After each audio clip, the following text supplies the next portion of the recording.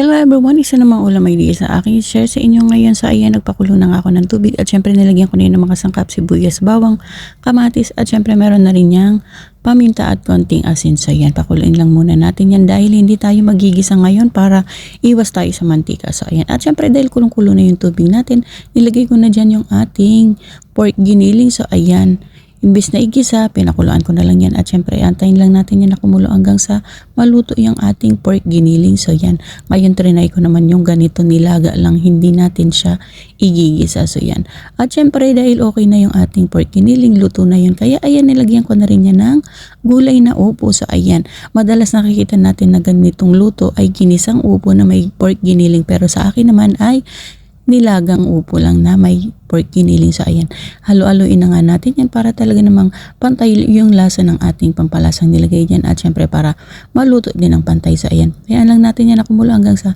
tuluyang maluto.